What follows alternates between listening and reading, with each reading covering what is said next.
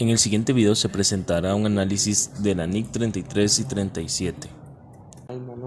Se iniciará hablando sobre la NIC 33, que es la de ganancias por acción. En esta principalmente se explorará sobre las acciones ordinarias y cómo se calculan las ganancias sobre estas. Objetivo. El objetivo de esta norma es establecer los principios para la determinación y presentación de la cifra de ganancias por acción de las entidades.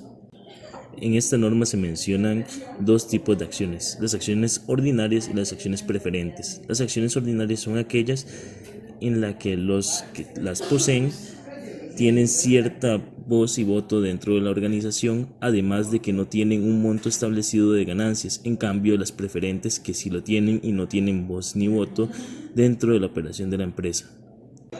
Además, es importante. Además, en las acciones ordinarias existen las acciones ordinarias potenciales. Estas son aquellas que tienen un cierto permiso para adquirir nuevas acciones ordinarias. Ganancia por acción básica. El cálculo de esta se realiza con el resultado del periodo correspondiente a los acreedores de las acciones ordinarias y se divide entre el promedio ponderado de las acciones que se encuentren en circulación del mercado. Se tomarán en cuenta las acciones ordinarias potenciales en este caso. Ganancias con efectos dilusivos o ganancias diluidas. Estas se refieren a cuando hay un aumento en los gastos o en las pérdidas o una disminución en las ganancias. Estas se calculan de igual manera que las ganancias por acción básica. Y de igual manera se calcularán las acciones ordinarias potenciales en el caso de que su conversión a acciones ordinarias tenga efectos dilusivos.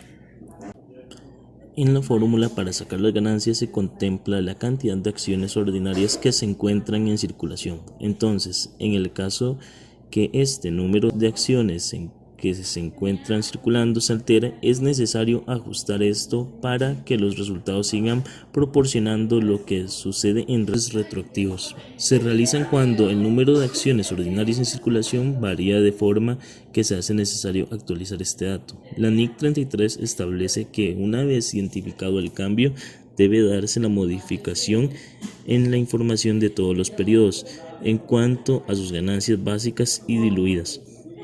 Ya con la información que se ha presentado hasta este punto se entiende para qué sirve principalmente la NIC 33. Sin embargo, falta explorar los aspectos que esta norma establece para presentar la información de las ganancias por acción a los accionistas ordinarios. Se solicita que se presente lo siguiente: los importes que se utilizan en el numerador de la división para sacar las ganancias. Es importante ya que se debe dar a los accionistas las variables para que ellos verifiquen que realmente se están registrando las ganancias por acción adecuadas.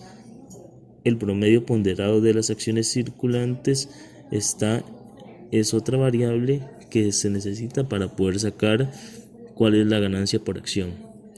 Los instrumentos que podrían diluir las ganancias.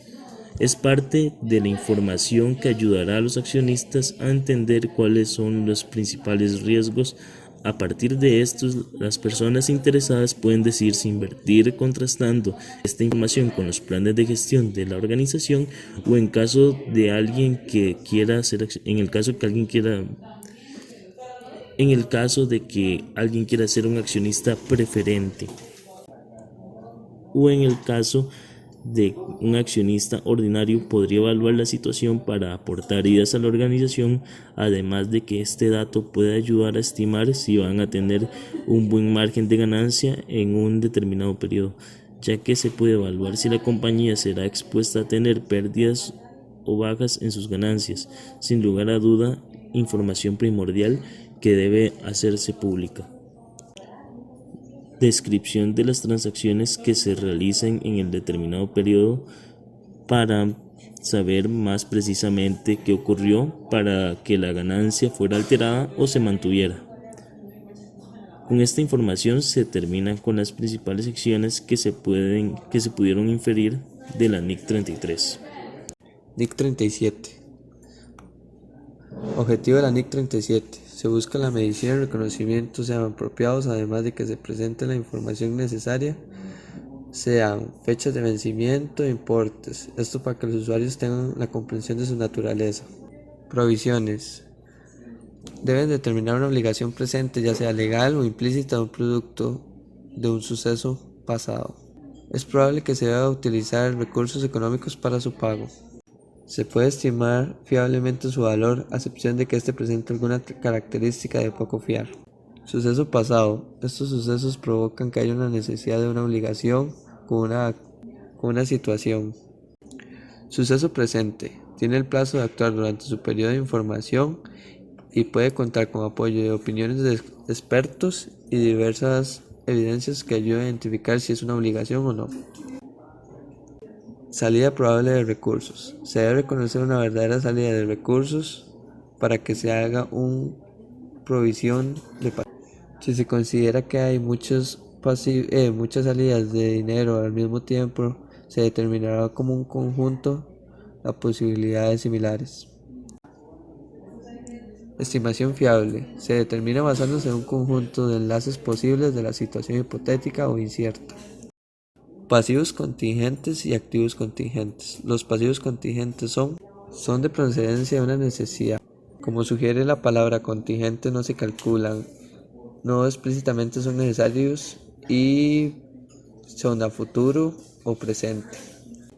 La entidad como tal no debe reconocerlas, y si lo hace, lo debe realizar a base de notas. Estos deben de estar en constante vigilancia, ya que son cambiantes y estos pueden afectar a terceros. Activos contingentes. Estos, al igual que los pasivos contingentes, nacen de una necesidad debido a una circunstancia que la empresa no puede controlar. Estos pueden ser ingresos inesperados. Estos no deben de tenerse en consideración, ya que pueden ser ingresos que nunca se realicen. En el caso de que se comprueben que estos van a ser recibidos con certeza, se realizará una nota para registrarlos. Edición. Se ocupa presentar la mejor estimación posible, ya que ésta debe desembolsar los recursos a la fecha de notificación o ser transferida a un tercero para cancelar la obligación.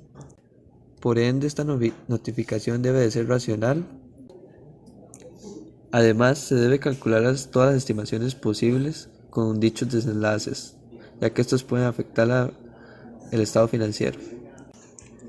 Además, se menciona en la NIC 12 que los impuestos deben de ser considerados debido a sus consecuencias fiscales. En este se deben de tener en cuenta los riesgos e incertidumbres, el valor presente y los sucesos futuros. Reembolsos. Este debe ser considerado una partida aparte y solo debe ser considerado cuando sea seguro su recepción. Si surgen dudas mediáticas, no puede ser considerado. Además, este no puede exceder el importe de la provisión original. Si el importe es asumido por un tercero en su totalidad o una parte de este